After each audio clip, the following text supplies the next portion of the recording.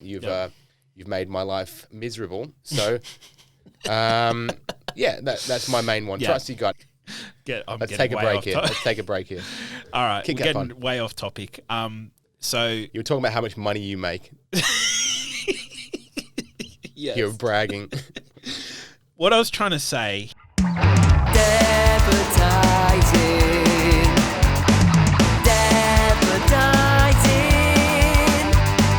Digital dads doing the thing. Running business while raising kids. Dadvertising. Dadvertising 2024. Alan Howle. Boom. We're freaking back, baby. We're back. It's how we roll. So good to see your beautiful face. I know. It's been... Luscious beard. It's got a little bit more colour today than usual. My beard does. Yeah. How so? What does that even mean? I don't know. Maybe it's just a little bit more sun, a little bit more... Do you know how sun works? You don't get beard tan. No, maybe it's just, I don't know. Maybe it's age. Maybe it's just sun. Maybe I'm it's... getting a bit of salt and pepper in the sides of my hair and some of my beard, which I'm embracing, which I'm Very enjoying. good. Yeah. Very Could be good. something to do with the kids. I'm not sure. But I wanted to just throw a left of field just suggestion at you for the podcast before we get into our first topic of the year. Yeah. Possible rebrand. I know we're 4 episodes in. Here we go. Dadvertising, very cool name. Yeah. Good pun. I'm thinking, for a bit of vintage flair, Dabvertising. With a B. You would. I think it's time to bring back dabbing. Dabvertising. Bring back the plank and just kind of go on a social media. Did you ever get trend. into any of that? We did. I think dabbing was just something funny that you did ironically that you started doing too much. Yeah. Like saying lol out loud. And I just did it to annoy people. Exactly. Yeah. And then the other one that we did do was coning. You ever see coning? No. Getting a witch's hat cone and sticking it? No? No, and it's when you go to Macca's and you order a soft serve in the drive-thru and then you grab it from the top. And so you grab the soft serve from the top and you film the person's reaction, and then we would also do that and then go around again, order a soft serve, but then show them that you've already got one. And then it's filmed. But this was before you post it on social media. Yeah. Just filming it to show your friends. So anywho, that was... should we scratch the rebrand and just go with Dadvertising? Let's stick with Dadvertising. Yeah, we haven't paid for a logo or anything yet. No, so maybe we could have the start of this episode like us both doing the dab. Yeah. Sound effect. I love it. Yeah. The people are going wild. I love it. What are we talking about today, Alan Howle? So today we are talking about the biggest lessons of 2023. Yep. So these can be, I guess they're all, for most, the lessons that we've got written down are business lessons. They are. So they're business lessons, but for you and I and most people in this space where we are looking after our own business, a business implication turns into a life implication. Oh, I think being in business is one big personal development program anyway, isn't it? 100%. I think I actually might have stolen that from you. Yeah, it's one of the reasons you don't work with a lot of coaches and people. Yeah. Very good. All right. So starting, do you want to kick off your number one? Number one. Oh, sorry. Number three. Sorry. The reverse starting at countdown. 3. The reverse countdown. Number 3. You'll have to tell me what I wrote down at number 3. All right. Number 3. Alan, thank God for Alan Howle. He meticulously helped We us will to not take do an notes. episode without actually structuring out a little bit. Yeah, no, it would be chaos. It would be chaos. Okay, so number 3, I didn't order these in any particular way, but I think they are ordered appropriately the way we've done it. Number 3 for me would be that team members don't immediately solve problems. They can inevitably cause more problems as you bring them on, take more time and money to start, and it's a real investment, whether that's hiring a freelancing agency like you or I to do something, or bringing someone on as a remote assistant or even a full-time employee. That person cannot be the person that immediately solves all your problems, because it will inevitably create work in the beginning. Yeah, absolutely. Even if they are to come good. Yeah. it always, I constantly have to remind myself on this exact same thing about how much time it actually takes to hire someone. Yeah. Because I know my downfall is I always overestimate how quick it's going to go, or how much time I do not need, how quickly I can sort of onboard someone and get them up and running and whatnot. But the more time, the longer that I've been in business, the more I've realized it just comes down to really good processes. And even if it is, the more that you can sort of integrate them into your system, and having other team members in the system also does help that process. It's also like having the right culture set. But what would you say? Yeah. So do you want to share more on some of, Well, I think we spoke about in the last episode, I believe, that we both hire very much based on vibe, less so on, we need the skills coming in, but we also would hire someone who we vibe with more, who's maybe got a little less skill than someone who's perfect, you know? And what I've noticed with that one is that people will come in with their own, depending on how they've been trained, everyone's got their own way of doing things, and they kind of need to come into your way a little bit, but bringing that flair in is good too. And so it does take time to find that balance. Like I've noticed my graphic designer who I've hired, she's really good, but she definitely has a style. And it's not my style. That's my style. And so she will knock up things really, really quickly, and they look amazing, but not the way I want them to look. So then I have to kind of go back, and I redid a whole funnel the other day. That she built it, and then I just went and redid the whole thing to make it look the way I wanted it to. There was nothing wrong with hers. It's just like communicating exactly how I want the fonts and everything to be. That's a tricky one. Because that's not letting go of control. That's like changing my sort of standards and vision. And that's something that we've got to learn to do. Delegating is one thing, and that's great. But then also saying, that's not what I want is another one. And I just want to add in on this topic, because I'm not obviously no hiring expert. Like I've got, I've had my experience hiring and having to let go of certain employees and different things. But there's three main things when I hire someone. There's three main things. I tell them what are the three things that I care about. So I'll give you a perfect example. I'm hiring my copywriter.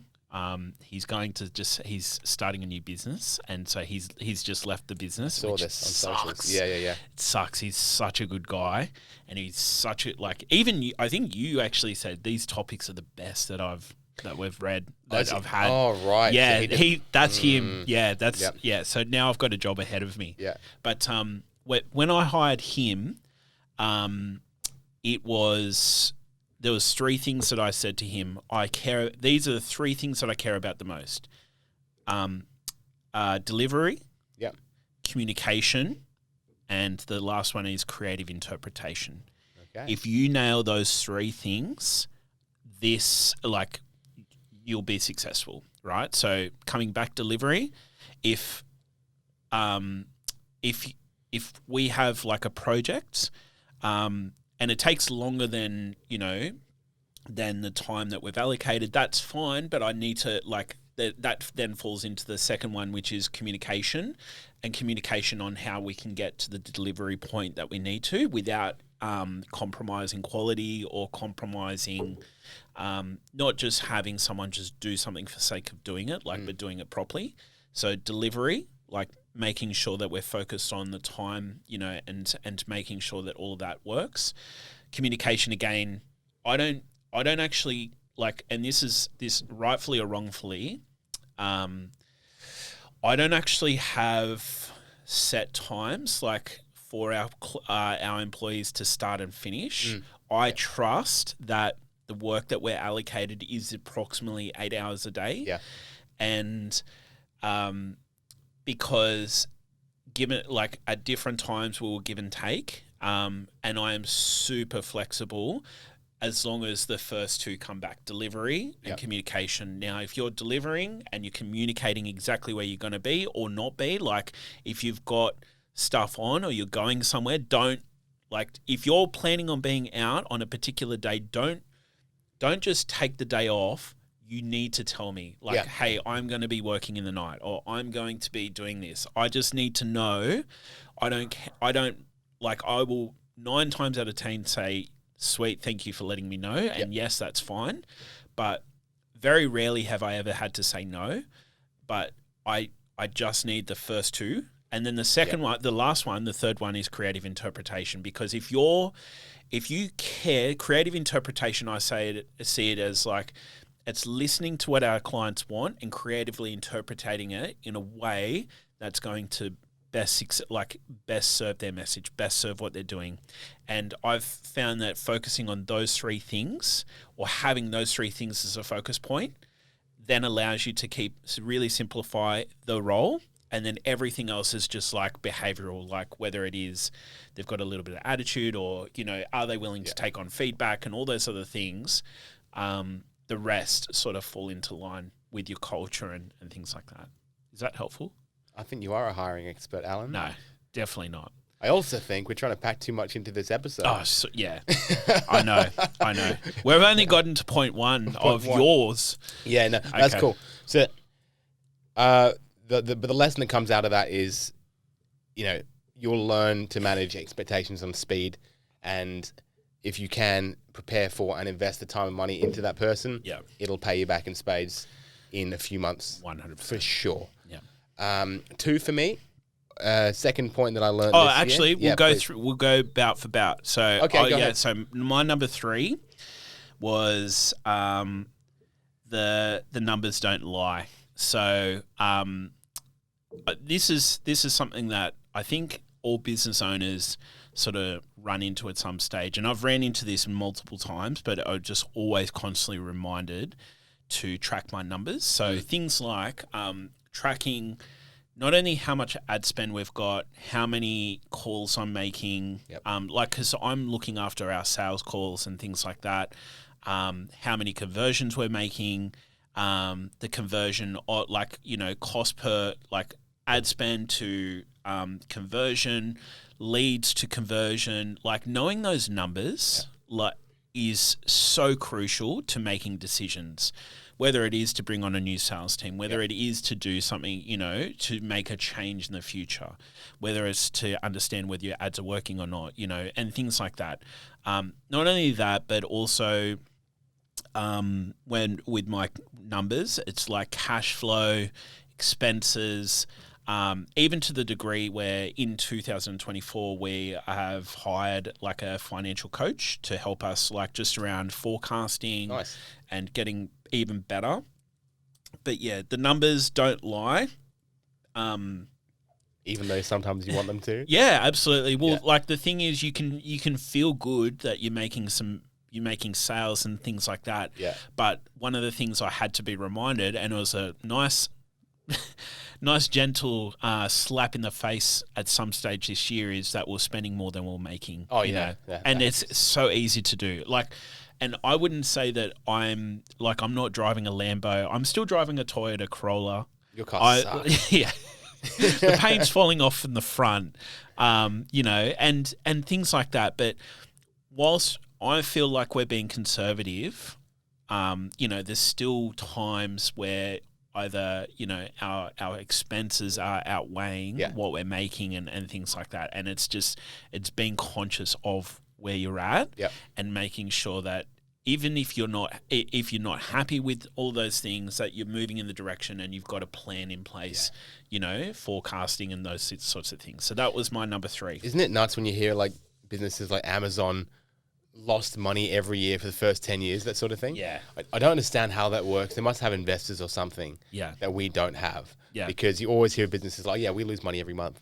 What do you mean? Well, I think you think about even mortgage broking companies, they will put someone onto a 30-year loan. Yeah. But they're trailing commissions and things if you dive into Mark Boris's story and things like that, they lend out hundreds and thousands and millions of dollars, for mortgages and things like that.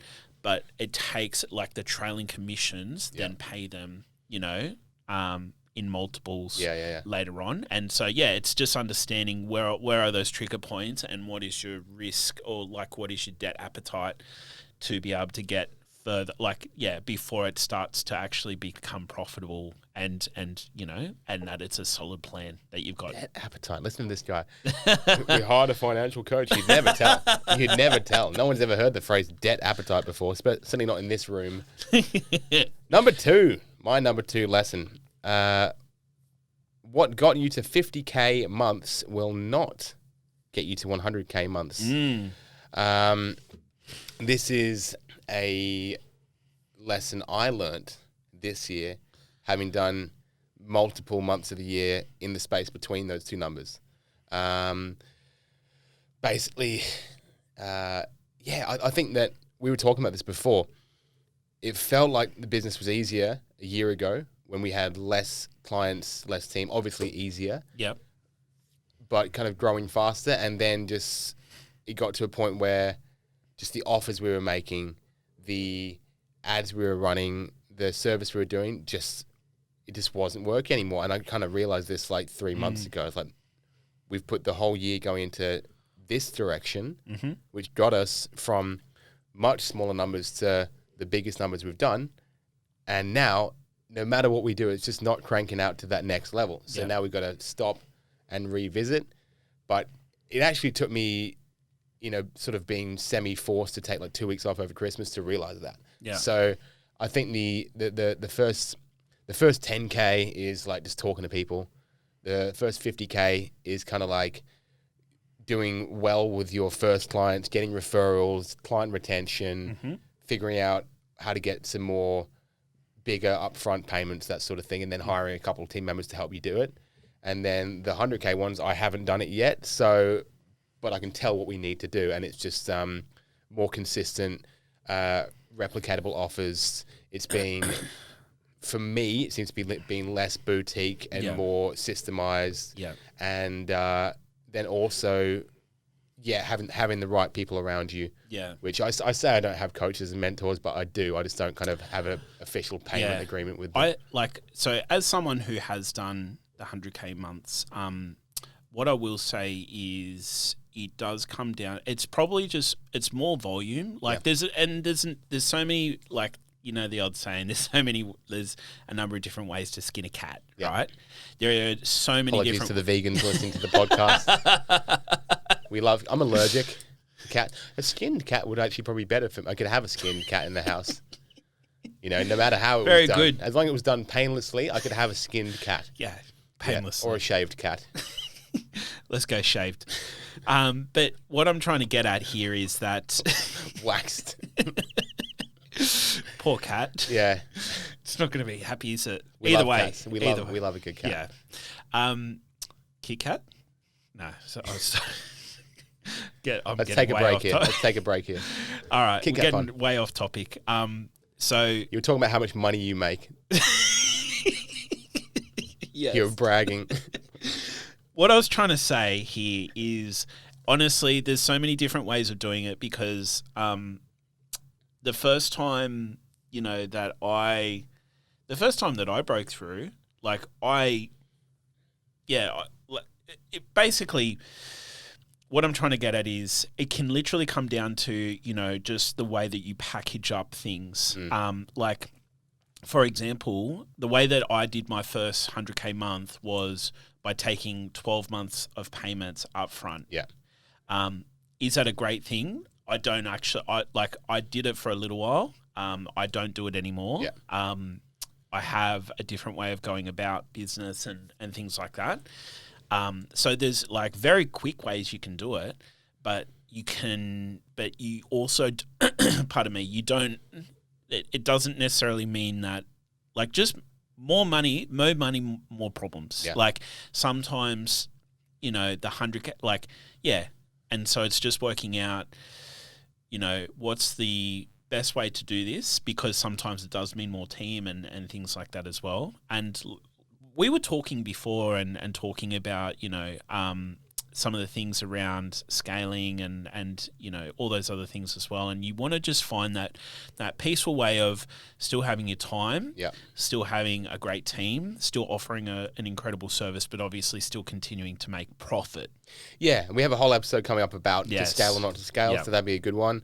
But getting to doing $100,000 months is just a number, arbitrary number. If you're spending $95,000 to get there, that sort of thing. So okay, sweet. Lesson number 2 for you. Number 2 for me was transparency with team does not equal weakness. Now I thought, so this is really interesting. I thought that me telling my team, because I'm a very transparent guy, I like to tell people the truth.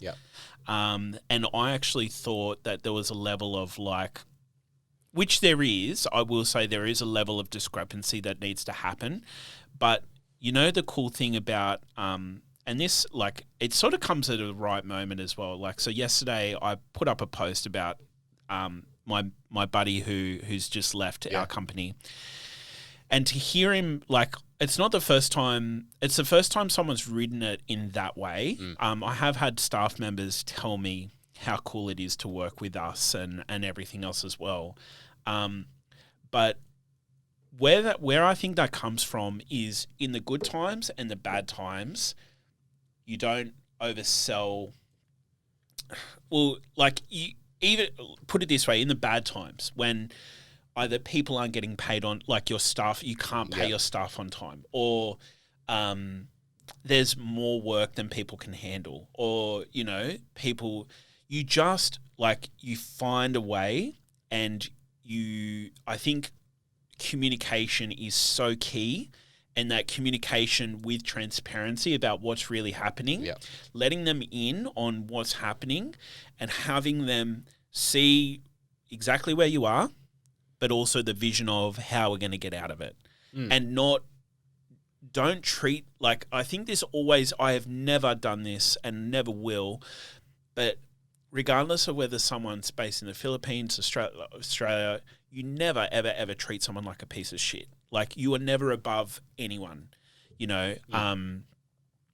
I hear and see people treat foreign staff members in they're second-class citizens, or just because they're from, in inverted commas, potentially a third world country, does not mean they're any less of a human than you are. And I think it's just remembering that they have families, they've got their own kids, their own circumstances, and the more transparency that you can have around what's really happening, but also the plan that you have, then allows them to choose and buy in on their own accord as to whether they're going to work with you.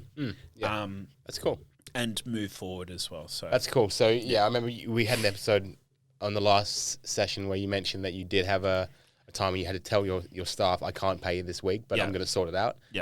Super rough, man. But you got through it, and well and done. I've had that multiple times. Totally. Multiple times. Yeah, I've had it for sure.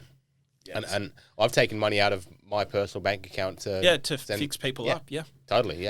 It's a thing. It's just a thing that you do. Exactly. So awesome, man. All right. Good lesson. And my number 1 lesson from 2023 was trust your gut when bringing on new clients, because I'd say 100% of the time, not even 95%, 100% of the time, if you've got doubts about a client when you're bringing them on, it's going to be a bumpy ride with that client. 100%. 100% of the time. And whether that's, there's certain, and we didn't want to use the phrase red flags, but certain things that will give you the impression that maybe this person's not your perfect client. Yeah. And maybe some people are just a little apprehensive about starting a contract. Some people really just go back and forth and ask a billion questions, and that continues into them working with you. Yeah. And bringing on people who you think, oh, this person isn't our normal client, but we can do it for them today. Yeah. Causes all the headaches in your business. For me. Absolutely. No, I couldn't agree more.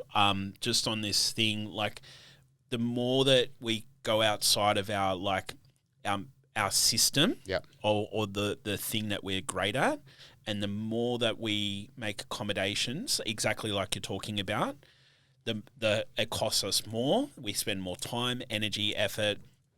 Yep. And the other thing, and so over a course of a period of time, the same realization I've made is that you really do have to, I almost, in a way, as much as you want to generate more business and sales and you've got targets and all those other things, especially when I'm talking to potential prospects, is you're almost pushing them away as much as you possibly, Yep.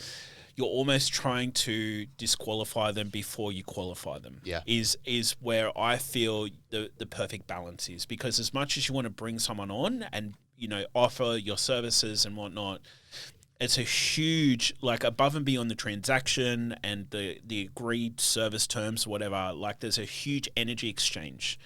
Like, you could be spending your Tuesday night worrying about something, a campaign or this or that or whatever, because it's just not a right fit, or someone's promised something that's just a little bit into it's the... You're never staying up thinking about the clients who you love working with. Yeah.